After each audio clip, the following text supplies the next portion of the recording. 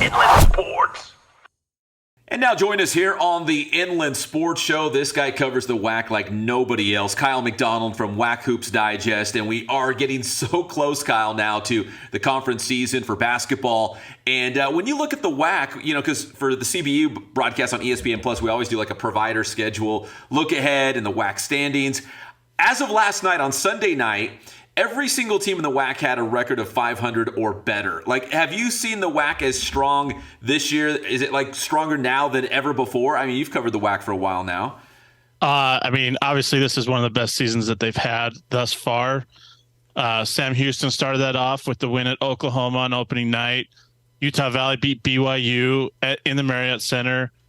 Seattle has played pretty well. Grand Canyon's been kind of hit or miss, so it's very interesting to see what the Lopes are doing. But overall, it's been a great non-conference slate. I think this seeding system that people have a lot of, and maybe we'll get to that in a minute, that people have a lot of questions about. I think it's playing out to what not Utah Valley, but what the WAC is trying to accomplish, and getting more difficult opponents, creating more opportunities for big wins. It's been a much better non-conference slate this season than it has in past seasons in a long time. In CBU got that big win on the road at Washington, a Pac-12 school, so that's always a big deal, knocking off one of the Power Fives. Kyle, let me ask you about the preseason poll from the media and for the coaches. They had CBU coming in at number 5 on both of those polls. Agree, disagree? Do you think CBU is maybe a little bit better, or maybe they should be farther down? What was your thought on the Lancers when we got that preseason poll? I thought it was spot on. I had him at 4 in mine because, there's the expectation with Joe Quintana coming in, Riley Batten, Tim Iguefe, Blondu Chiqueño. I said that right. I feel like I said that right. Yes, you did. And, this CBU, Rick Croy, they went all out in the offseason to get some depth, to add some size. And basically because it's their first season that they're eligible for the NCAA tournament, this was the year. Like, this is supposed to be the year. And I had them at 4, so it's spot on where they had them at. I don't know that they're at the level yet where they need to be, to be at the top, but they're going to be there at the end of the season for sure. You mentioned Coach Croy going out and getting depth. Man, he gets some big-time transfers. If you would have told me that Reed Nottage and Trey Armstrong, 2 of their top players, would not be one of their top scorers this season, I'd have said there's no way. But he brings in so many guys into the program, especially these transfers who know how to score. Like, this is probably the deepest team they've had, at least since I've been around the CBU program. Is that safe to say as well? Yeah, I 100% agree with you. I think they realized they had to have some depth. They had to have guys that could come in and knock down shots off the bench, especially to give guys like Taron Armstrong a spell so that he could, close out games strong. Joe Quintana, as a 3-point shooter, you got to have legs in the second half, and that's key for them. Hunter Goodrick has been really good too. It's just been dynamite off the bench for Rick Croy. He's been starting a little bit lately, so Reed Nottage, I was at that San Diego game, and I was telling Doc Wellman and Rick Croy after the game, when Reed Nottage is square to the basket, he's going to knock down everything. And that was a confidence game for him. There's a lot of depth there. You still got Trey Armstrong, who led the team in scoring on Sunday night in their win over Sonoma State. When Taron Armstrong didn't have a point, we were talking about that before we were recording. So there's a lot of depth here that you like. It's just a matter of they got to find that rhythm, and that San Diego game might have been that start because they played a big second half and hit shots. Then they get Portland State to finish off the non-conference play. It's a deep team. There's confidence there. They've won some good ball games. Like you said, the Washington win. They were close against Minnesota. Should have won. Beat both Minnesota and Southern Illinois. Just couldn't hit free throws, Pep. I mean, they're free. And CBU couldn't hit them in both those overtime losses. So there's a lot to like about this Lancer squad. It's just a matter of putting a full 40 minutes together. And when they do that, they're as dangerous as anybody in the league. Yeah, you mentioned Portland State. That's the last non-conference game before we get into conference action. And for CBU, They're going to play on the road. They get at GCU to open things up, which is always a big game. It's a rivalry game for them. And then they go on the road to Seattle. And I know the WAC, because of, geographical travel reasons, there's no short trip, especially for CBU. Like, you're just kind of all over the place. But that's a tough road trip for I felt like for the Lancers to open up the season, especially against, GCU, that first game out, playing at their place. Yeah, I'm excited about opening weekend of WAC play. I think it's going to be fantastic with some of the matchups that are there. You talk about CBU going to GCU and to Seattle. I mean, those are two of the top teams in the league. Those are two teams you have to beat to win this league. And you're going to have to do it on the road, which, again, with this new seeding system, road wins are massive. And those both of them could be quad 2 wins for the Lancers if they're able to pull off those wins.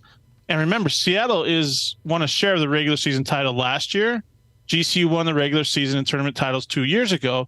So, I mean, it's a huge weekend for the Lancers to open up WAC play. And like I said, there's some matchups that I can't believe they put all these matchups to start league play, because it's like students aren't going to be on some of these campuses. So that's a benefit that CBU has. Yes. The Havocs won't be there at GCU Arena when they go up to play. So, but it's a tough road trip. And, CBU plays well against GCU. They play well against Seattle. They've had some battles. You called the one last year in Riverside, when CBU hosted Seattle in that overtime game with a wild ending. Yeah. Darren Trammell throwing up the shot, even though he traveled. We'll call a spade a spade. But, it's a fun way to open WAC play and set, after a special non-conference slate for all the teams in the WAC. So, Kyle, you mentioned it. CBU is eligible for the Big Dance, the NCAA tournament this season. First year that has happened. Is there a scenario, not just for CBU, but the WAC in general, that more than the conference champion with that automatic spot to the NCAA tournament? Do you think there's a scenario where the conference is getting more and more respect, they're knocking off Power 5 schools? Is there a scenario where a second WAC school might sneak into the Big Dance at the end of the year? I want to say there's a slight chance. There's a lot that kind of has to happen in order for that to be accomplished. You need a team like Sam Houston or New Mexico State to maybe run the table in WAC play, maybe have one loss, but not a bad loss, like a loss to, let's say when Sam Houston and New Mexico State play on that first Saturday of WAC play, if Sam Houston beats the Aggies in Las Cruces, right, and then Sam Houston loses to maybe SFA to end the regular season or something, that's not bad. That's a good thing. And then Sam Houston gets to the WAC tournament championship against, say, a CBU or someone else.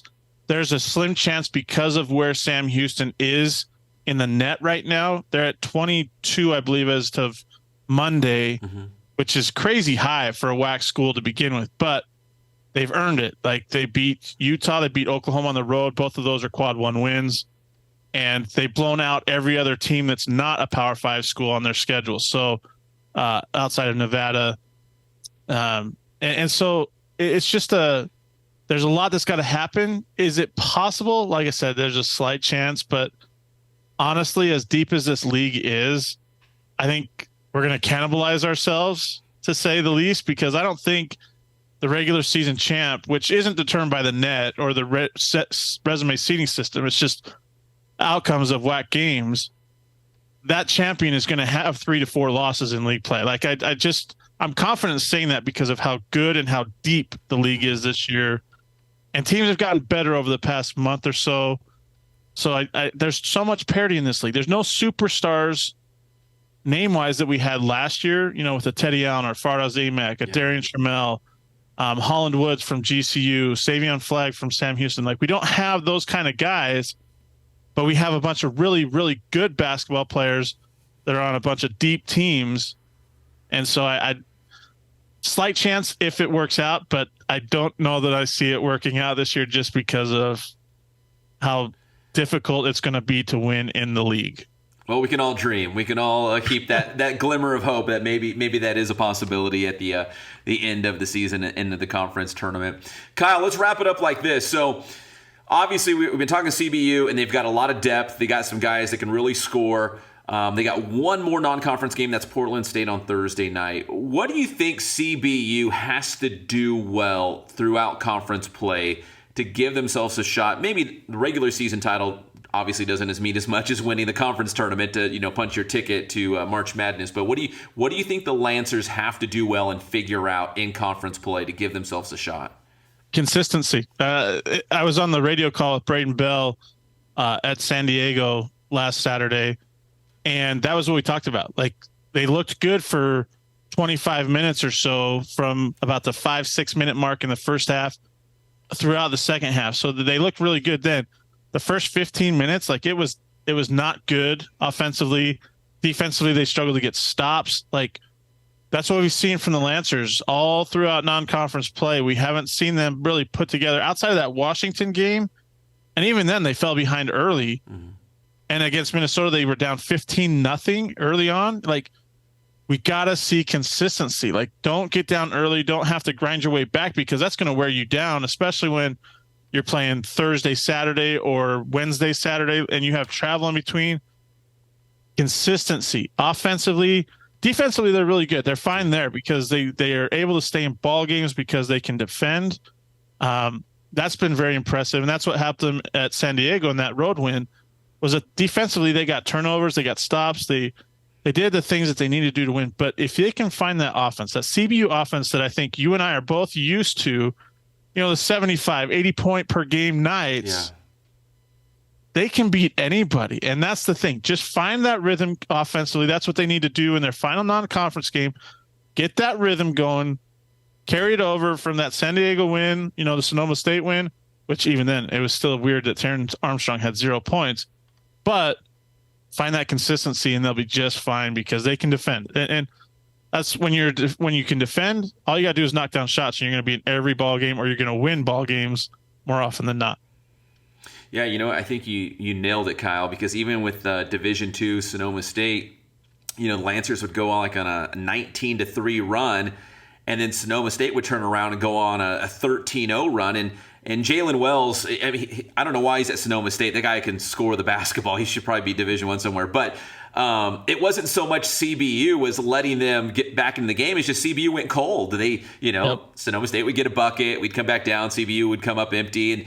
And it was like, before you knew it was like, oh, man, Sonoma State scored 13 in a row, and CBU hasn't scored any. So it was kind of weird. It was kind of very up and down. So I think consistency, I think you nailed it. How do you prevent those big runs from the other team just because you've gone cold on the offensive end?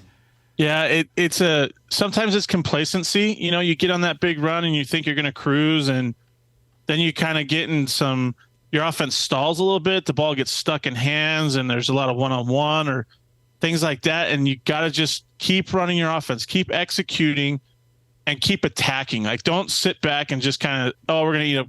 No, just attack. You can attack while eating up clock. It's one of those things where teams, it's like the NFL. You go into this stall mode or this slow down mode, and you lose all your momentum.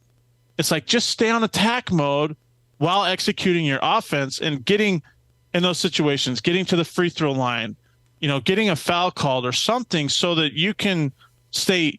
What's the word that they say in football? Stay in the positive, I guess. Or what's on time with regards to a drive or something like that. Yeah. And that's what they need to do, is just be consistent. Have that guy that's going to step up and either get fouled or knock down a shot, instead of the ball getting stuck or, there not being a lot of movement on offense.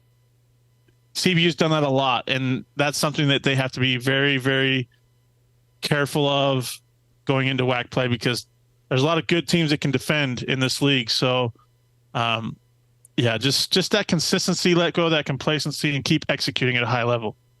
Well, if there's one guy that can figure it out, that'd be Rick Croy, the ultimate motivator. Such a great coach for the Lancers. Kyle, listen, I really appreciate the time, brother. Hopefully you can make time at some point during the conference season. I know there's a lot of teams to cover, and you're all over the place, but we'd love to see you back in Riverside very, very soon.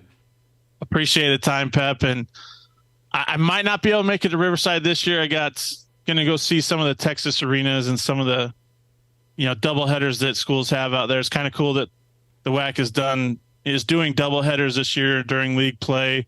So that's going to be fun to watch. I know some coaches aren't necessarily in favor of it, but if I can, I will. But either way, it's going to be a fun league and a fun, January and February into March. And it's just an exciting time with college basketball.